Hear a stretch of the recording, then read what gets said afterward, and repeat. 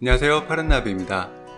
지난 26일 우리 정부에 따르면 WTO 분쟁해소기구가 전 회원국이 참석하는 정례회의를 통해 한국의 후쿠시마 수산물 수입 규제 조치가 WTO 협정을 위반하지 않는다며 최종 확정했고, 이러한 채택에 따라 판정이 공식화되면서 분쟁 당사국에 대해서도 효력을 가진다고 발표했습니다. 이에 정부는 최종 판단 채택을 지지한다고 밝히며 후쿠시마 수산물 분쟁에 대한 논란에 종지부를 찍는 모습이었습니다. 하지만 상대 당사국인 일본은 여전히 인정하지 않는 것은 물론 아베 총리가 해외 순방길에 오른 상황에서도 연일 WTO에 문제가 있다며 세계를 향해 이의를 제기하는 상황입니다. 아베 총리는 미국 트럼프 대통령을 만나 WTO의 개혁 필요성을 언급했고, 트럼프 대통령의 동의가 있었다고 밝힌 것은 물론 캐나다를 방문한 자리에서조차 WTO 판정을 문제 삼으며 오사카에서 열릴 G20 의장국으로서 이 문제를 다루겠다고 말하고 있습니다.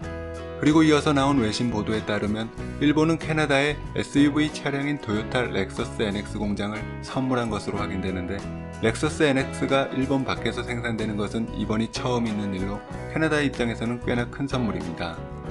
캐나다는 GM 공장이 폐쇄 예정이고 크라이슬러도 감원을 발표한 상황이기 때문에 연간 50만 대 생산 시설로 8,000명의 고용 효과를 갖는 공장은 훌륭한 선물인 셈이죠. 그런데 이러한 행보가 다소 뜻밖인 것은 미국으로부터 자동차 분야 대미 추가 투자를 압박받는 일본이 캐나다에게까지 총리가 직접 나서 자국의 자동차 기업을 해외로 이전시키기 바쁜 모습인데, 수산물 분쟁과 깊은 관계없는 트리도 총리와의 기자회견에서조차 WTO 문제를 거론한 모습을 보면 한국과의 수산물 분쟁에서 아군을 만들고 여론을 형성하기 위한 선물이라는 느낌까지 들게 만들고 있습니다.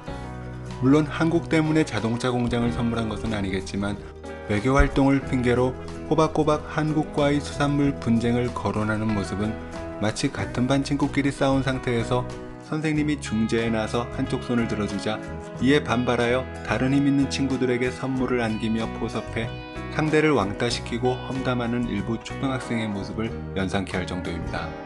최근 경제계는 악화된 한일 관계에 우려가 많은 모습입니다. 정치 관계가 나쁘면 경제계라도 협력해야 개선의 여지가 생기고 국익을 위해서도 낫다는 의견인데, 그렇지 못할 만큼 악화됐다는 것이죠.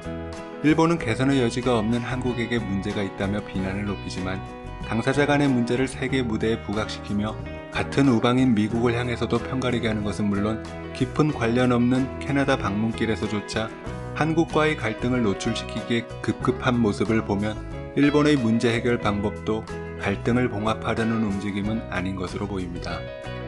오늘 파란나비가 준비한 소식은 여기까지입니다. 시청해주셔서 감사합니다.